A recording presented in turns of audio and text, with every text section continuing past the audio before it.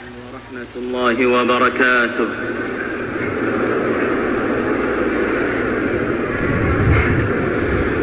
আলহামদুলিল্লাহ, সমস্ত প্রশংসা আল্লাহ তাআলার, যিনি প্রজ্ঞাময়, সকল বিষয়ে ওয়াকিবহাল, মহাজ্ঞানী, সর্বশক্তিমান।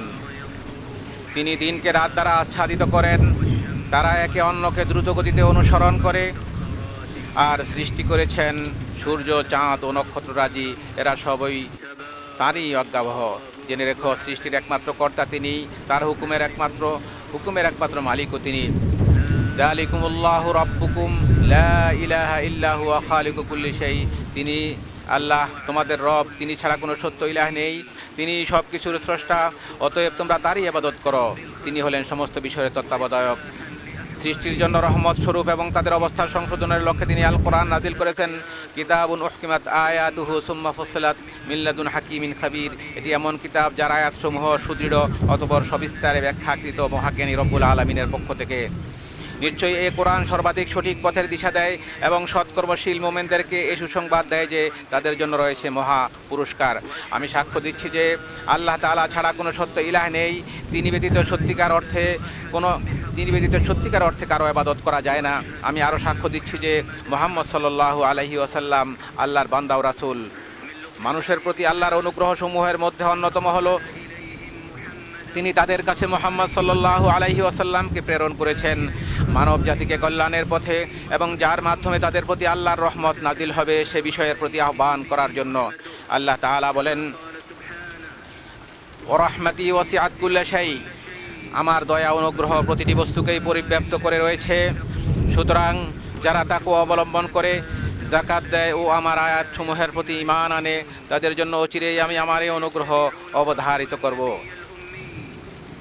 যারা অনুসরণ করে রাসূলের, যিনি উম্মি নবী, যার উল্লেখ তারা তাদের কাছে তাওরাত ও ইনজিলে লিপিবদ্ধ পায়, যিনি তাদেরকে সৎ কাজের আদেশ দেন, অসৎ কাজ থেকে নিষেধ করেন, তাদের জন্য পবিত্র বস্তু হালাল করেন এবং অপবিত্র বস্তু হারাম করেন, আর তাদেরকে তাদের গুরুভাব ও শৃঙ্খল হতে মুক্ত করেন যা তাদের উপর ছিল।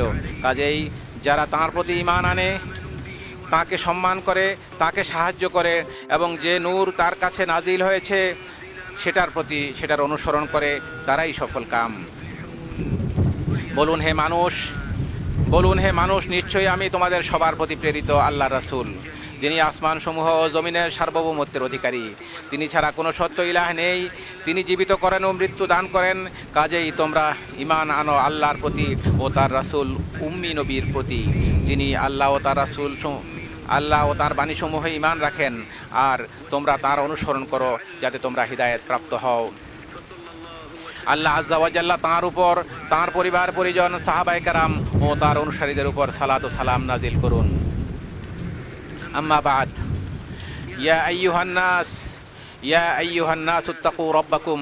হে মানুষ, তোমরা তোমাদের রবের তাকওয়া অবলম্বন করো এবং ভয় করো সেই দিনকে যখন কোনো পিতা তার সন্তানের পক্ষ থেকে কিছু আদায় করবে না, অনুরূপ কোনো সন্তান সেও তার পিতার পক্ষ থেকে আদায়কারী হবে না। নিশ্চয়ই আল্লাহর প্রতিশ্রুতি সত্য। কাজেই দুনিয়ার জীবন যেন তোমাদেরকে কিছুতেই প্রতারিত না করে এবং মহাপ্রবঞ্চক শয়তান যেন তোমাদেরকে কিছুতেই আল্লাহ সম্পর্কে প্রবঞ্চিত না করে। কারণ যে ব্যক্তি তাকওয়ার অধিকারী হয় সে দুনিয়া ও আখিরাতের উত্তম পরিণাম এবং নিশ্চিত বিজয় লাভ করে। আল্লাহ সুবহানাহু ওয়া তাআলা বলেন, আর যারা তাকওয়া অবলম্বন করেছে আল্লাহ তাদেরকে উদ্ধার করবেন তাদের সাফল্য সহ, তাদেরকে অমঙ্গল স্পর্শ করবে না এবং তারা চিন্তিত হবে না। আল্লাহ বলেন, ওয়া মাইয়াত্তাকিল্লাহা ইয়াজআল লাহু মাখরাজা। আর যে কেউ আল্লাহর তাকওয়া অবলম্বন করে আল্লাহ তার জন্য উত্তরণের পথ বের করে দেন এবং তিনি তাকে তার ধারণাতীত উৎস হতে রিজিক দান করেন।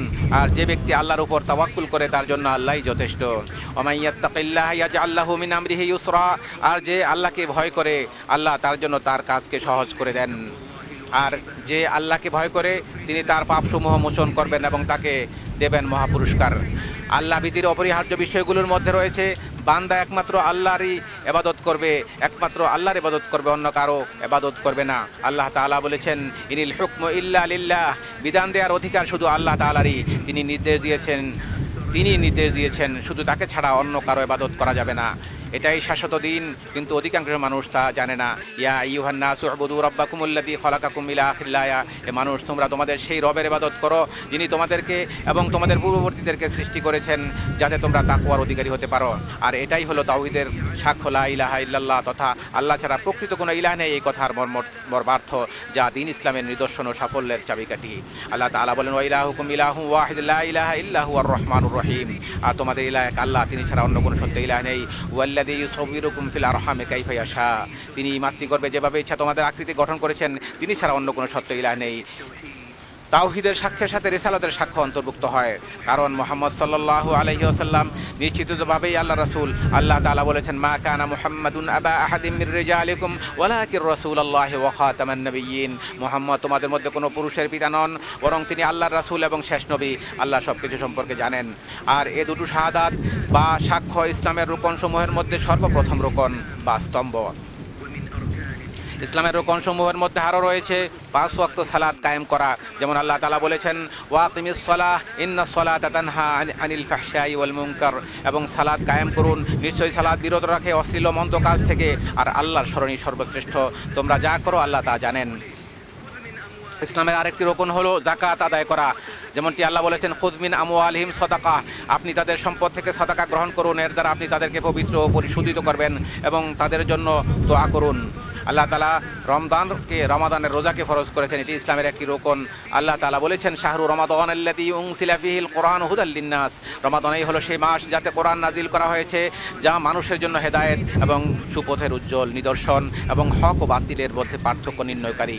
কাজেই তোমাদের মধ্যে যে ব্যক্তি এই মাস পাবে সে যেন এ সময় সিয়াম পালন করে, আর যার সক্ষমতা রয়েছে তার জন্য হজ পালন করা, হজ আদায় করা ইসলামের আরেকটি রোকন। আল্লাহ তাআলা বলেছেন, ওয়াদ্দিন ফিন্নাসি বিল হজ্জি ইয়াতুকা রিজালান ওয়া আলা কুল্লি দামিরিন ইয়াতিনা মিন কুল্লি ফাজ্জিন আমিক, আর মানুষের কাছে হজের ঘোষণা করে দিন, তারা আপনার কাছে আসবে পায়ে হেঁটে এবং সব ধরনের ক্ষীণকায় ক্ষিপ্রগতির উটের পিঠে চড়ে, তারা আসবে দূর দূরান্তের পথ অতিক্রম করে। নবী সাল্লাল্লাহু আলাইহি ওয়াসাল্লাম বলেছেন, আল ইসলামু আন তাশহাদা আল্লা ইলাহা ইল্লাল্লাহ ওয়া আন্না মুহাম্মাদুর রাসূলুল্লাহ, ইসলাম হচ্ছে তুমি সাক্ষ্য দিবে যে আল্লাহ ছাড়া প্রকৃতপক্ষে কোনো ইলাহ নেই এবং মুহাম্মদ সাল্লাল্লাহু আলাইহি ওয়াসাল্লাম আল্লাহর রাসূল। তুমি সালাত কায়েম করবে, যাকাত দিবে, যাকাত আদায় করবে, রমাদানের সওম পালন করবে এবং পথ অতিক্রম করার সামর্থ্য থাকলে বাইতুল্লাহর হজ করবে। আর ঈমান এই যে তুমি আল্লাহ, তার ফেরেশতাকুল, তার কিতাবসমূহ, তার প্রেরিত নবীগণ এবং শেষ দিনের উপর ঈমান আনবে এবং তাকদীর ও এর ভালো মন্দের প্রতি ঈমান রাখবে।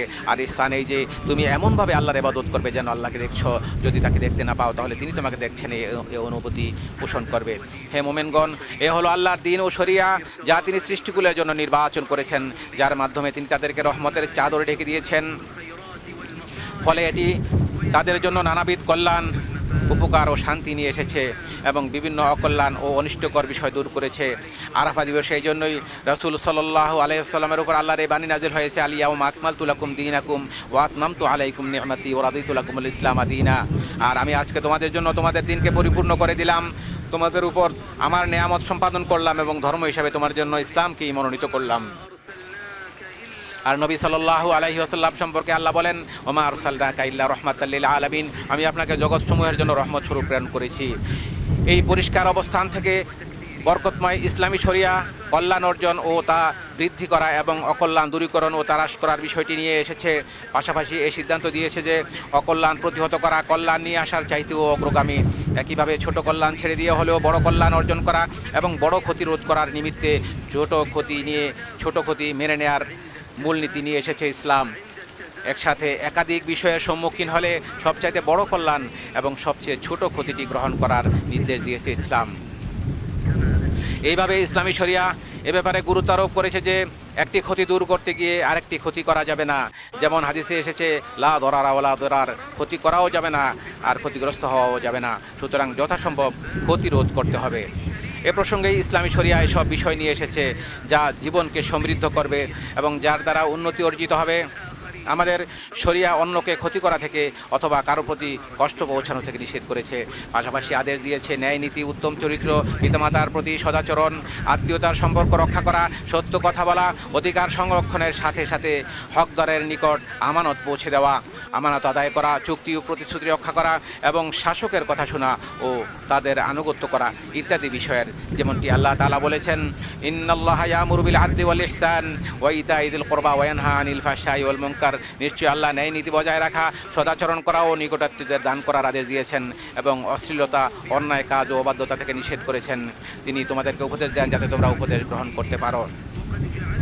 আল্লাহ তোমাদেরকে আদেশ করেছেন অধিকারের নিকট আমানত পৌঁছে দিতে, আর যখন তোমরা মানুষের মাঝে বিচার করবে তখন ন্যায় ইনসাফের সাথে বিচার করবে। আল্লাহ তোমাদেরকে কত চমৎকার উপদেশ দেন। নিশ্চয়ই আল্লাহ সর্বশ্রোতা ও সর্বদ্রষ্টা। হে ঈমানদারগণ, তোমরা আল্লাহ ও তার রাসূল এবং তোমাদের দায়িত্বশীলদের অনুসরণ করো। অথবা যদি তোমরা কোনো বিষয়ে বিবাদে লিপ্ত হয়ে পড়ো, সেক্ষেত্রে আল্লাহ ও পরকালে বিশ্বাসী হয়ে থাকলে বিষয়টি আল্লাহ এবং রাসূলের উপর ন্যস্ত করো। এটি কল্যাণকর ও পরিণামের দিক থেকে উত্তম। তোমরা যখন কোনো বিষয়ে ঝগড়া বিবাদে লিপ্ত হবে, সেগুলো তোমরা আল্লাহ এবং রাসূলের প্রতি সফর্দ করো যদি তোমরা মুমিন হয়ে থাকো, আর এটাই তোমাদের জন্য সবচেয়ে কল্যাণকর। মহাপ্রজ্ঞাবান বিধানদাতা আল্লাহ রাব্বুল আলামিন 5টি মৌলিক বিষয় সংরক্ষণের প্রয়োজনীয়তার ব্যাপারে গুরুত্ব আরোপ করেছেন। এক্ষেত্রে আলাদা গুরুত্ব দেওয়ার ব্যাপারে সকল শরীয়ত এবং সকলেই একমত। এই 5টি বিষয় হলো দিন বা ধর্ম, জীবন, বিবেক, বুদ্ধি, সম্পদ ও সম্মানের অধিকার সংরক্ষণ করা।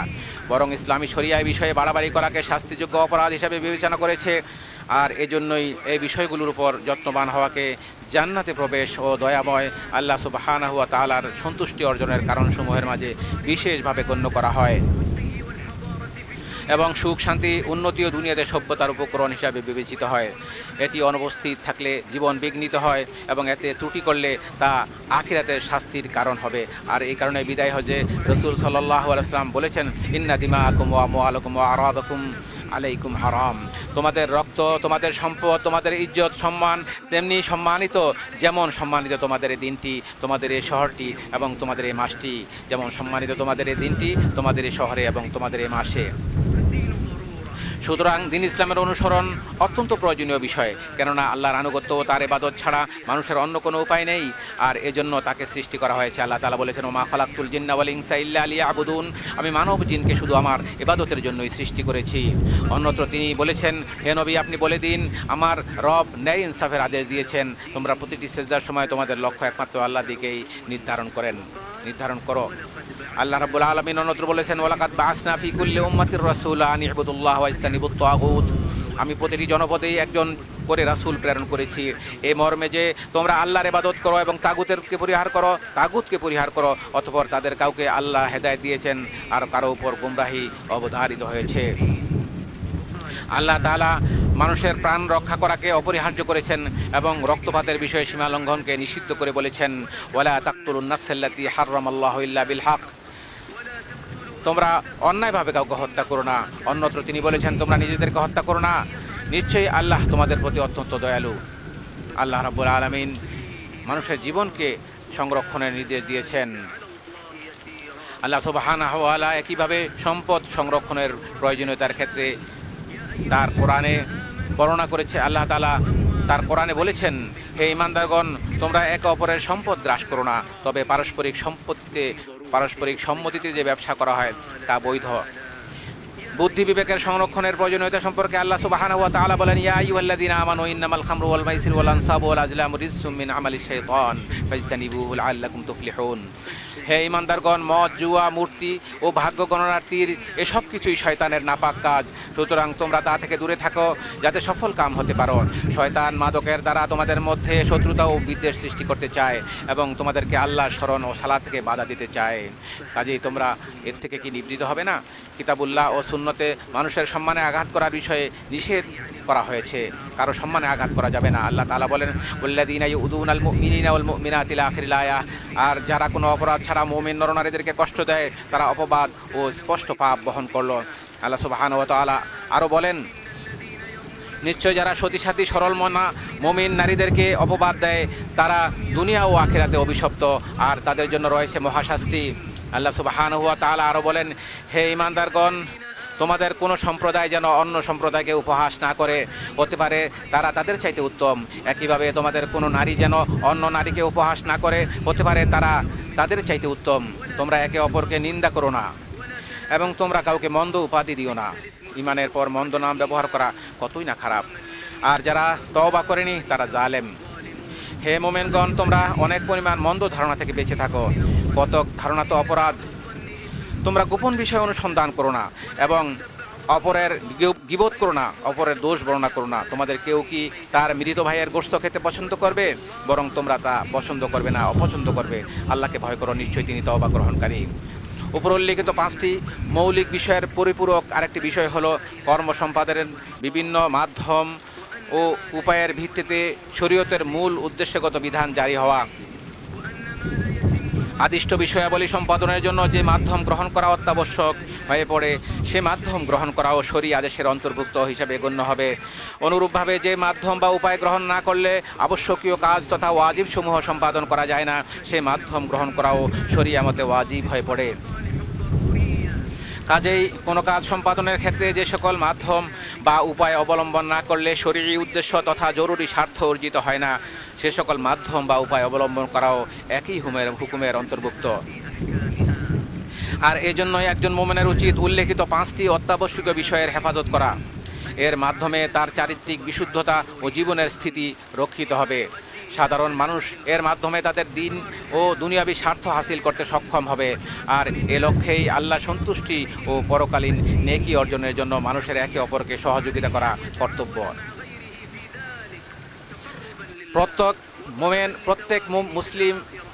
প্রত্যেক মুসলিমের দায়িত্ব হলো 5টি মৌলিক বিষয়ের সংরক্ষণের লক্ষ্যে শরীয়তের লক্ষ্য উদ্দেশ্য অর্জনের পথে নেতিবাচক প্রভাব সৃষ্টিকারীদের ব্যাপারে সতর্ক থাকা। আমাদের সবাইকে নিজ নিজ সক্ষমতা, পেশা, অর্পিত দায়িত্বের আলোকে এর জন্য কাজ করে যেতে হবে। আমাদের বংশধরকে, বিশেষ করে উঠতি প্রজন্মকে এমন শিক্ষা দিতে হবে যাতে তারা জীবনের মৌলিক এই বিষয়গুলোর প্রতি যত্নবান হতে পারে। যেহেতু সকল স্থানে ও সকল সময়ে 5টি অত্যাবশ্যকীয় বিষয়ের সংরক্ষণ করা ওয়াজিব, সেজন্য মনে রাখতে হবে সম্মানিত স্থানে এর গুরুত্ব আরও বেড়ে যায়। এই মক্কা আল মুকাররমায় এই সমস্ত জিনিসগুলোকে সংরক্ষণ করা আরও বেশি গুরুত্বপূর্ণ। আল্লাহ সুবহানাহু ওয়া তাআলা এগুলোকে সংরক্ষণ করার জন্য নির্দেশ করেছেন। বিশেষ করে মক্কা আল মুকাররমায়ের গুরুত্ব আরও বেশি। আল্লাহ তাআলা বলেছেন, ওমা ইউরিদ ফিহি বিইলহাদিন বিযুলমিন নুযিকহু মিন আযাবিন আলীম। আর যে ব্যক্তি এখানে অন্যায়ভাবে দিন বিরোধী পাপ কাজের ইচ্ছা করে, আমি তাকে আস্বাদন করব যন্ত্রণাদায়ক শাস্তি। হজ্জে দিনের নিদর্শন ও আল্লাহর প্রতি একনিষ্ঠতার প্রকাশ ঘটবে, এটি স্বাভাবিক। হজ রাজনৈতিক, দলীয় স্লোগান, প্রতীক ও চিহ্ন ব্যবহারের জায়গা নয়। এখানে নির্ধারিত কর্তৃপক্ষের নিয়ম শৃঙ্খলা নির্দেশনা মেনে চলা আবশ্যক, যাতে করে নিরাপদে ও প্রশান্তির সাথে পবিত্র হজ্জের কার্যাবলী সম্পাদন করা যায়, যাতে করে হাজী সাহেবগণ অত্যন্ত নিরাপত্তার সাথে সুন্দরভাবে তাদের কাজগুলো করতে পারেন। আল্লাহর ঘরের সম্মানিত হাজী সাহেবগণ, নিশ্চয়ই আপনারা আরাফায় এমন এক সম্মানজনক অবস্থানে রয়েছেন যার জন্য ফেরেশতারা আপনাদেরকে নিয়ে আল্লাহর কাছে গর্ব করেন। একটি মহিমান্বিত স্থান ও বরকতময় সময়ে আপনারা একত্রিত হয়েছেন। এখানে ভালো কাজের প্রতিদান বহুগুণ বাড়িয়ে দেওয়া হয়, পাপ কাজগুলো ক্ষমা করে দেওয়া হয়, বান্দার মর্যাদা বৃদ্ধি করা হয়। কাজেই রাসূল সাল্লাল্লাহু আলাইহি ওয়াসাল্লামের সুন্নাহ অনুসরণ করে আল্লাহর কাছে নিজেদেরকে সুফর্দ করুন। সে নবীর অনুসরণ করুন যিনি এই সম্মানজনক স্থানে সাহাবীদেরকে উদ্দেশ্য করে ভাষণ দিয়েছিলেন। বেলাল রাদিয়াল্লাহু তাআলা আনহুকে আদেশ দিলে তিনি আযান ও ইকামত দেন। অতঃপর রাসূল সাল্লাল্লাহু আলাইহি ওয়াসাল্লাম 2 রাকাত যোহরের সালাত আদায় করেন। এরপরে ইকামত দেওয়া হলে রাসূল সাল্লাল্লাহু আলাইহি ওয়াসাল্লাম আসরের 2 রাকাত সালাত আদায় করেন। মূলত তা 2 সালাতকে একত্রিত করা এবং অগ্রবর্তী করে আদায় করার একটি বিধান। অতঃপর তিনি উষ্ট্রির পিঠে বসেন। সে অবস্থায় আল্লাহকে স্মরণ করতে থাকেন যতক্ষণ না সূর্যের লাল আভা বিলীন হয়ে যায়। অতঃপর তিনি মুজদালিফায় গমন করেন। পথিমধ্যে সাহাবীদেরকে বিনয়, নম্রতা ও সহনশীলতার উপদেশ দেন। মুজদালিফায় পৌঁছে 3 রাকাত মাগরিব ও 2 রাকাত এশার নামাজ তিনি আদায় করেন। ফজরের সালাত আদায় না করা পর্যন্ত সেখানে রাত যাপন করেন। ভোরের আলো পরিস্ফুটিত না হওয়া পর্যন্ত সেখানে দোয়া করতে থাকেন। অতঃপর মিনার দিকে অগ্রসর হন। মিনায় পৌঁছে জামরায়ে আকাবাতে 7টি ছোট পাথর নিক্ষেপ করেন। অতঃপর কোরবানির পশু জবাই করেন ও মাথা মুন্ডন করেন। এরপর বাইতুল্লাহ হজের ফরজ তওয়াফ তথা তওয়াফুল ইফাদা সম্পন্ন করেন। তওয়াফ শেষ করে রাসূল সাল্লাল্লাহু আলাইহি ওয়াসাল্লাম মিনায় ফিরে আসেন। তাশরিকের দিনগুলোতে সেখানে অধিক পরিমাণে তাকবীর, তাহলিল ও তাহমিদের মাধ্যমে আল্লাহর জিকির করার মধ্য দিয়ে অবস্থান করেন। প্রতিদিন দ্বিপ্রহরের পর 3টি জামরায় তিনি পাথর নিক্ষেপ করেছেন। ছোট ও মধ্যম জামরাতে পাথর মেরে আল্লাহর কাছে তিনি দোয়া করেছেন। আর অক্ষম ও অপারগদের জন্য মিনায় অবস্থান করার ক্ষেত্রে ছাড় দেওয়া হয়েছে। রাসূলের সুন্নাহ হলো 13তম দিবস পর্যন্ত মিনায় অবস্থান করা, এটি উত্তম, যদিও 12তম দিবসে মিনা ত্যাগের অনুমতি রয়েছে, তবে 13তম দিন পর্যন্ত থাকা সুন্নাহ। হজের যাবতীয় কার্যাবলী সমাপ্ত হওয়ার পর মদিনায় ফিরে যাওয়ার মনস্থ করলে রাসূল সাল্লাল্লাহু আলাইহি ওয়াসাল্লাম পবিত্র কাবা করে বিদায়ী তওয়াফ সম্পন্ন করেন। আল্লাহর ঘরের মেহমান সম্মানিত হাজী সাহেবগণ, রাসূল সাল্লাল্লাহু আলাইহি ওয়াসাল্লাম সিয়াম পালন না করেই আরাফাতের ময়দানে অবস্থান করেছেন, যাতে আল্লাহকে বেশি বেশি করে স্মরণ করার ক্ষেত্রে তা সহায়ক হয়। তিনি আরাফাতের সময়টুকু আল্লাহর অধিক পরিমাণে স্মরণ, আল্লাহর জিকির ও তার কাছে বেশি বেশি চাওয়ার মাধ্যমে, দোয়ার মাধ্যমে অতিবাহিত করেছেন। সুতরাং আপনারা রাসূল সাল্লাল্লাহু আলাইহি ওয়াসাল্লামকে অনুসরণ করুন। আল্লাহ সুবহানাহু ওয়া তাআলা ইরশাদ করেছেন যেন আল্লাহর রাসূল সাল্লাল্লাহু আলাইহি ওয়াসাল্লামের অনুসরণ করা হয় এবং বেশি বেশি দোয়া করা হয়। তোমরা মিনতি ভরে ও সঙ্গোপনে তোমাদের রবকে ডাকো এবং ভয় ও প্রত্যাশা নিয়ে তাকে ডাকো, আল্লাহকে ডাকো। আপনারা নিজেদের জন্য, নিজেদের পিতামাতা এবং যাদের সাথে আপনাদের সম্পর্ক রয়েছে তাদের সবার জন্য আল্লাহর কাছে দোয়া করুন, কারণ কারো অনুপস্থিতিতে তার জন্য কেউ দোয়া করলে দায়িত্বপ্রাপ্ত ফেরেশতারা বলেন আমিন, তোমার জন্য একই পুরস্কার। আমাদের ফিলিস্তিনি ভাইদের জন্য দোয়া করুন, দুঃখ দুর্দশায় তারা নিপতিত, শত্রুদের আঘাতে তাদের রক্ত ঝরছে, তাদের ঘরবাড়ি ও ভূখণ্ড শত্রুদের ধ্বংসযজ্ঞের শিকার হচ্ছে, নিত্য প্রয়োজনীয় ঔষধপথ্য, খাবার, পানীয়, বস্ত্র থেকে তাদেরকে বঞ্চিত করা হচ্ছে। নিঃসন্দেহে যারা পরের উপকার করে এবং অন্যের প্রতি অনুগ্রহ প্রদর্শনে এগিয়ে আসে, আমাদের দোয়া পাওয়ার ব্যাপারে তারাই বেশি হকদার। যারা হারামাইন শরীফাইনের খেদমতে নিয়োজিত আছেন এবং আল্লাহর ঘরের মেহমানদের কষ্ট লাগবে, রাত দিন নির্ঘুম ও ক্লান্ত পরিশ্রম করে যাচ্ছেন, তাদের কথা বলতেই হবে। আর এই শ্রেণীর ব্যক্তিদের মধ্যে সর্বপ্রথমে আসে খাদিমুল হারামাইন শরীফাইন বাদশাহ সালমান বিন আব্দুল আজিজ এবং তার বিশ্বস্ত ক্রাউন প্রিন্সের কথা। হে আল্লাহ, হে চিরঞ্জীব, হে মহান সত্তা, হে অতি সম্মানের অধিকারী রব, আপনার কাছে প্রার্থনা করছি আপনার দয়া ও অনুগ্রহে খাদিমুল হারামাইন শরীফাইন বাদশাহ সালমান বিন আব্দুল আজিজ ও তার বিশ্বস্ত ক্রাউন প্রিন্স মোহাম্মদ বিন সালমানকে যাবতীয় খায়ের, যাবতীয় কল্যাণমূলক কাজের তৌফিক দান করুন। তাদের জন্য আপনি সাহায্যকারী হয়ে যান, তাদের প্রতিদান বৃদ্ধি করে দিন এবং তাদের প্রতি সন্তুষ্ট হয়ে যান। তাদের খেদমতগুলোকে কবুল করে নিয়ে তাদেরকে জাযায়ে খায়ের দান করুন। তারা ইসলাম এবং মুসলমানদের খেদমত করছে, আল্লাহ তাদের সওয়াবকে আপনি বাড়িয়ে দিন, তাদেরকে ক্ষমা করে দিন। হে আল্লাহ, হাজী সাহেবদের হজকে কবুল করুন, তাদের কাজগুলোকে সহজ করে দিন, সহি সালামতে প্রভূত কল্যাণ অর্জনের মধ্য দিয়ে গুনাহমুক্ত হয়ে কবুলকৃত তওবার সৌভাগ্য লাভ করে এবং যাবতীয় প্রয়োজন মিটিয়ে যেন তারা নিজ নিজ দেশে ফিরে যেতে পারে, সেই তৌফিক দান করুন। হে আল্লাহ, সকল মুসলিম ও মুমিন নরনারীকে ক্ষমা করুন, সকল অনিষ্ট থেকে তাদেরকে রক্ষা করুন, তাদের দিন ও নিরাপত্তাকে, তাদের রক্ত ও সম্পদকে, তাদের বিবেক বুদ্ধি ও মান সম্মানকে হেফাজত করুন, তাদের জন্য কল্যাণের ফায়সালা করুন, যাবতীয় অনিষ্টতা ও মন্দ বিষয় থেকে তাদেরকে দূরে রাখুন, তাদের অন্তরকে পরিশুদ্ধ করুন, তাদের ভূখণ্ডকে নিরাপদে রাখুন, অভাব থেকে তাদেরকে মুক্ত করুন, তাদের সকল বিষয়ের দায়িত্ব গ্রহণ করুন। সুবহান রাব্বিকা। হে আল্লাহ, আপনি মুসলমানদের অন্তরসমূহকে সংশোধন করুন। আল্লাহ, মুসলমানদেরকে, মুমিনদেরকে তাদের দেশে আপনি নিরাপদে রাখুন, তাদের রিজিকে বরকত দান করুন এবং তাদের সমস্ত বিষয়গুলোর আপনি দায়িত্ব গ্রহণ করুন। সুবহান রাব্বিকা রাব্বিল ইজ্জাতি আম্মা ইয়াসিফুন ওয়া সালামুন আলাল মুরসালিন ওয়ালহামদুলিল্লাহি রাব্বিল আলামিন।